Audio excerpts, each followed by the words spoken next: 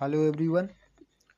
आज के इस वीडियो के अंदर हम लोग, जैसा कि आपकी स्क्रीन पे दिख रहा है, भोला राम का जीव जो कि हरिशंकर परसाई जी की कहानी है, इसको हम करेंगे। हरिशंकर परसाई हिंदी साहित्य के एक प्रसिद्ध व्यंग्यकार रहे हैं। इनका जीवन परिचय एवं इनकी कृतियों के बारे में अगर आप जानना चाहते हैं तो वीडियो रिकॉर्डेड है और अपलोडेड है इस चैनल पे, आप वहां से देख सकते हैं। मैं लिंक डिस्क्रिप्शन में प्रोवाइड करा दूंगा। चलिए कहानी प्रारंभ करते हैं। हमारी स्टोरी है, ऐसा कभी नहीं हुआ था। धर्मराज लाखों वर्षों से असंख्य आदमियों को कर्म और सिफारिश के आधार पर स्वर्ग या नर्क में निवास स्थान अलाट करते आ रहे थे, पर ऐसा कभी नहीं हुआ था। सामने बैठे चित्रगुप्त बार बार चश्मा पोंछ, बार बार थूक से पन्ने पलट रजिस्टर देख रहे थे। गलती पकड़ में ही नहीं आ रही थी। आखिर उन्होंने खींचकर रजिस्टर इतने जोर से बंद किया कि मक्खी चपेट में आ गई। उसे निकालते हुए वह बोले, महाराज, रिकॉर्ड सब ठीक है। भोला राम के जीव ने 5 दिन पहले देह त्यागी और यमदूत के साथ इस लोक के लिए रवाना भी हुआ, पर यहां अभी तक नहीं पहुंचा। धर्मराज ने पूछा, और वह दूत कहाँ है? महाराज, वह भी लापता है।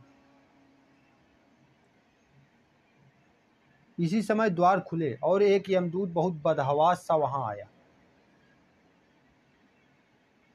यहाँ पूरा सीन जो हमारा चल रहा है ये यमराज के दरबार का चल रहा है, जहाँ पे चित्रगुप्त बैठे हुए हैं और यमराज से बात कर रहे हैं। तभी एक यमदूत बदहवास सा वहां पहुंचता है। कहानी आगे कंटिन्यू करते हैं। उसका मौलिक कुरूप चेहरा परिश्रम, परेशानी और भय के कारण और भी विकृत हो गया था। उसे देखते ही चित्रगुप्त चिल्ला उठे, अरे तू कहाँ रहा इतने दिन? भोला राम का जीव कहाँ है? यमदूत हाथ जोड़कर बोला, दया निधान, मैं कैसे बतलाऊं कि क्या हो गया। आज तक मैंने धोखा नहीं खाया था, पर इस भोला राम का जीव मुझे चकमा दे गया। 5 दिन पहले जब जीव ने भोला राम की देह त्यागी, तब मैंने उसे पकड़ा और इस लोक की यात्रा आरंभ की। नगर के बाहर ज्यों ही मैं उसे लेकर एक तीव्र वायु तरंग पर सवार हुआ, त्यों ही वह मेरे चंगुल से छूटकर ना जाने कहां गायब हो गया। इन 5 दिनों में मैंने सारा ब्रह्मांड छान डाला, पर उसका कहीं पता ही नहीं चला। धर्मराज क्रोध से बोले, मूर्ख, जीवों को लाते लाते बूढ़ा हो गया है, फिर भी एक मामूले बूढ़े आदमी के जीव ने तुझे चकमा दे दिया। दूत ने सिर झुकाकर कहा, महाराज, मेरी सावधानी में बिल्कुल कसर नहीं थी। मेरे इन अभ्यस्त हाथों से अच्छे अच्छे वकील भी नहीं छूट सके, पर इस बार तो कोई इंद्रजाल ही हो गया। चित्रगुप्त ने कहा, महाराज, आजकल पृथ्वी पर इस प्रकार का व्यापार बहुत चल रहा है।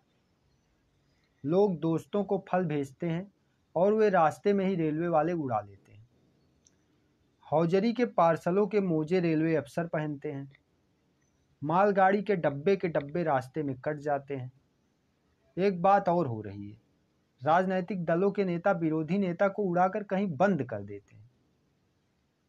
कहीं भोला राम के जीव को भी तो किसी विरोधी ने मरने के बाद भी खराबी करने के लिए नहीं उड़ा दिया। धर्मराज ने व्यंग से चित्रगुप्त की ओर देखते हुए कहा, तुम्हारी भी रिटायर होने की उम्र आ गई है। भला भोला राम जैसे नगण्य दीन आदमी से किसी को क्या लेना देना। इसी समय कहीं से घूमते फिरते नारद मुनि वहां आ गए। धर्मराज को गुमसुम बैठे देख बोले, क्यों महाराज, कैसे चिंतित बैठे? क्या नर्क में निवास स्थान की समस्या अभी हल नहीं हुई? धर्मराज ने कहा, वहां की समस्या तो कभी की हल हो गई मुनिवर। नर्क में पिछले सालों में बड़े गुड़ी कारीगर आ गए हैं। कई इमारतों के ठेकेदार हैं जिन्होंने पूरे पैसे लेकर रद्दी इमारतें बनाई। बड़े बड़े इंजीनियर भी आ गए हैं जिन्होंने ठेकेदारों से मिलकर भारत की पंचवर्षीय योजनाओं का पैसा खाया। अब यहाँ हम देख रहे हैं किस प्रकार यमराज के माध्यम से परसाई जी व्यंग कर रहे हैं कि जिन्होंने बड़े बड़े इंजीनियर भी आ गए हैं जिन्होंने ठेकेदारों से मिलकर भारत की पंचवर्षीय योजनाओं का पैसा खाया। ओवरसीयर हैं जिन्होंने उन मजदूरों की हाजिरी भरकर पैसा हड़पा और कभी काम पर गए ही नहीं। इन्होंने बहुत जल्दी नर्क में इमारतें तान दी। वह समस्या तो हल हो गई। भोला राम नाम के एक आदमी की 5 दिन पहले मृत्यु हुई। उसके जीव को यह दूत यहाँ ला रहा था कि जीव इसे रास्ते में चकमा देखकर भाग गया। इसने सारा ब्रह्मांड छान डाला पर वह कहीं नहीं मिला। अगर ऐसा होने लगा तो पाप पुण्य के भेद का भेद ही मिट जाएगा। नारद ने पूछा, उस पर इनकम टैक्स तो बकाया नहीं था? हो सकता है उन लोगों ने रोक लिया हो। चित्रगुप्त ने कहा, इनकम होती तो टैक्स होता। भूखमरा था। नारद बोले, मामला दिलचस्प है। अच्छा, मुझे उसका नाम पता तो बतलाओ, मैं पृथ्वी पर जाता हूं। चित्रगुप्त ने रजिस्टर देखकर बताया, भोला राम नाम था उसका। जबलपुर शहर के घमापुर मोहल्ले में नाले के किनारे एक 1.5 कमरे के टूटे फूटे मकान में परिवार समेत रहता था। उसकी एक स्त्री थी, 2 लड़के और एक लड़की। उम्र लगभग 60 साल। सरकारी नौकर था, 5 साल पहले रिटायर हो गया था। मकान का किराया उसने 1 साल से नहीं भरा, इसलिए मकान मालिक ने उसे निकाल दिया या निकालना चाहता था। इतने में भोला राम ने संसार ही छोड़ दिया। आज 5वां दिन है। बहुत संभव है कि अगर मकान मालिक वास्तविक मकान मालिक है तो उसने भोला राम के मरते ही उसके परिवार को निकाल दिया हो। इसलिए आपको परिवार की तलाश में काफी घूमना पड़ेगा। माँ बेटी के सम्मिलित क्रंदन से ही नारद भोला राम का मकान पहचान गए। द्वार पर जाकर उन्होंने आवाज लगाई, नारायण नारायण। लड़की ने देखकर कहा, आगे जाओ महाराज। नारद ने कहा, मुझे भिक्षा नहीं चाहिए, मुझे भोला राम के बारे में कुछ पूछताछ करनी है। अपनी माँ को जरा बाहर भेजो बेटी। भोला राम की पत्नी बाहर आई। नारद ने कहा, माता, भोला राम को क्या बीमारी थी? क्या बताऊं, गरीबी की बीमारी थी। 5 साल हो गए पेंशन पर बैठे, पर पेंशन अभी तक नहीं मिली।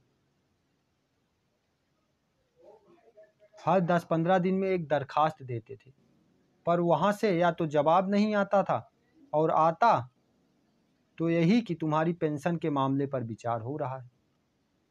इन 5 सालों में मेरे सब गहने बेचकर हम लोग खा गए, फिर बर्तन बिके, अब कुछ नहीं बचा था।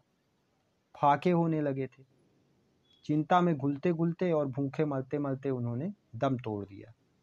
नारद ने कहा, क्या करोगी माँ, उनकी इतनी ही उम्र थी। ऐसा तो मत कहो महाराज, उम्र तो बहुत थी। 50-60 रुपया महीना पेंशन मिलती तो कुछ और काम कहीं करके गुजारा हो जाता, पर क्या करें। 5 साल नौकरी से बैठे हो गए और अभी तक एक कौड़ी नहीं मिली। दुख की कथा सुनने की फुर्सत नारद को थी नहीं। वह अपने मुद्दे पर आए। माँ, यह तो बताओ कि यहाँ किसी से क्या उनका विशेष प्रेम था जिसमें उनका जी लगा हो? पत्नी बोली, लगाव तो महाराज बाल बच्चों से ही होता है। नहीं, परिवार के बाहर भी हो सकता है। मेरा मतलब किसी स्त्री। स्त्री ने गुर्रा कर नारद की ओर देखा। बोली, बको मत महाराज, तुम साधु हो, कोई लुच्चे लफंगे नहीं हो। जिंदगी भर उन्होंने किसी दूसरी स्त्री को आंख उठाकर भी नहीं देखा। नारद हंसकर बोले, हाँ, तुम्हारा यह सोचना ठीक ही है। यही भ्रम हर अच्छी गृहस्थी का आधार है। अच्छा माता, मैं चला। स्त्री ने कहा, महाराज, आप तो साधु हैं, सिद्ध पुरुष हैं, कुछ ऐसा नहीं कर सकते कि उनकी रुकी हुई पेंशन मिल जाए। इन बच्चों का पेट कुछ दिन भर जाएगा। नारद को दया आ गई थी। वह कहने लगे, साधुओं की बात कौन मानता है? मेरा यहाँ कोई मठ तो है नहीं, फिर भी मैं सरकारी दफ्तर में जाकर कोशिश करूंगा। वहां से चलकर नारद सरकारी दफ्तर पहुंचे। वहां पहले ही कमरे में बैठे बाबू से उन्होंने भोला राम के केस के बारे में बातें की। उस बाबू ने उन्हें ध्यानपूर्वक देखा और बोला, भोला राम ने दरखास्तें तो भेजी थी, पर उन पर वजन नहीं रखा था, इसलिए कहीं उड़ गई होंगी। नारद ने कहा, भाई ये बहुत से पेपर वेट तो रखे हैं, इन्हें क्यों नहीं रख दिया? बाबू हंसा, आप साधु हैं, आपको दुनियादारी समझ नहीं आती। दरख्वास्तें पेपर वेट से नहीं दबती। खैर, आप उस कमरे में बैठे बाबू से मिलिए। नारद उस बाबू के पास गए। उसने तीसरे के पास भेजा, तीसरे ने चौथे के पास, चौथे ने पांचवें के पास। जब नारद 25-30 साधुओं और अफसरों के पास घूम आए, तब एक चपरासी ने कहा, महाराज आप क्यों इस झंझट में पड़ गए? अगर आप साल भर भी यहाँ चक्कर लगाते रहें तो भी काम नहीं होगा। आप तो सीधे बड़े साहब से मिलिए, उन्हें खुश कर दिया तो अभी काम हो जाएगा। नारद बड़े साहब के कमरे में पहुंचे। बाहर चपरासी ऊँघ रहा था, इसलिए उन्हें किसी ने छेड़ा नहीं। उन्हें बिना विजिटिंग कार्ड के आया देख साहब बड़े नाराज हुए। बोले, इसे कोई मंदिर वंदिर समझ लिया है क्या? घड़घड़ाते चले आए। चिट क्यों नहीं भेजी? नारद ने कहा, कैसे भेजता? चपरासी सो रहा है। क्या काम है? साहब ने रौब से पूछा। नारद ने भोला राम का पेंशन केस बतलाया। साहब बोले, आप तो बैरागी दफ्तरों के रीत रिवाज नहीं जानते। असल में भोला राम ने गलती की भाई। यह भी एक मंदिर है, यहाँ भी दान पुण्य करना पड़ता है, भेंट चढ़ानी पड़ती है। आप भोला राम के आत्मीय मालूम होते हैं। भोला राम की दरख्वास्तें उड़ रही हैं, उन पर वजन रखिए। नारद ने सोचा कि फिर यहाँ वजन की समस्या खड़ी हो गई। साहब बोले, भाई सरकारी पैसे का मामला है, पेंशन का केस 20 दफ्तरों में जाता है, देर लग ही जाती है। 20 बार एक ही बात को 20 जगह लिखना पड़ता है, तब पक्की होती है। जितनी पेंशन मिलती है उतनी कीमत तो स्टेशनरी की लग जाती है। हाँ, जल्दी भी हो सकती है, मगर। साहब रुके। नारद ने कहा, मगर क्या? साहब ने कुटिल मुस्कान के साथ कहा, मगर वजन चाहिए। आप समझे नहीं। जैसे आपकी यह सुंदर बीड़ा है, इसका भी वजन भोला राम की दरख्वास्त पर रखा जा सकता है। मेरी लड़की गाना बजाना सीखती है, यह मैं उसे दे दूंगा। साधुओं के बीड़ा से तो और अच्छे स्वर निकलते हैं। लड़की जल्दी संगीत सीख गई तो उसकी शादी हो जाएगी। नारद अपनी बीड़ा छीनते देखकर घबरा गए, पर फिर संभल कर उन्होंने बीड़ा टेबल पर रखकर कहा, यह लीजिए, अब जरा जल्दी उसकी पेंशन का ऑर्डर निकाल दीजिए। साहब ने प्रसन्नता से उन्हें कुर्सी दी, बीड़ा को एक कोने में रखा और घंटी बजाई। चपरासी हाजिर हुआ। साहब ने हुक्म दिया, बड़े बाबू से भोला राम के केस की फाइल लाओ। थोड़ी देर बाद चपरासी भोला राम की 100-150 दरख्वास्तों से भरी फाइल लेकर आया। उसमें पेंशन के कागजात भी थे। साहब ने फाइल पर का नाम देखा और निश्चिंत करने के लिए पूछा, क्या नाम बताया साधु जी आपने? नारद ने समझा कि साहब कुछ ऊंचा सुनता है, इसलिए जोर से बोले, भोला राम। सहसा फाइल से आवाज आई, कौन पुकार रहा है मुझे? पोस्टमैन है क्या? पेंशन का ऑर्डर आ गया? साहब डरकर कुर्सी से लुढ़क गए। नारद भी चौंके, पर दूसरे ही क्षण बाद समझ गए। बोले, भोला राम, तुम क्या भोला राम के जीव हो? हाँ, आवाज आई। नारद ने कहा, मैं नारद हूं, मैं तुम्हें लेने आया हूं। चलो, स्वर्ग में तुम्हारा इंतजार है। आवाज आई, मुझे नहीं जाना, मैं तो पेंशन की दरख्वास्तों में अटका हूं। यही मेरा मन लगा है, मैं अपनी दरख्वास्तें छोड़कर नहीं जा सकता।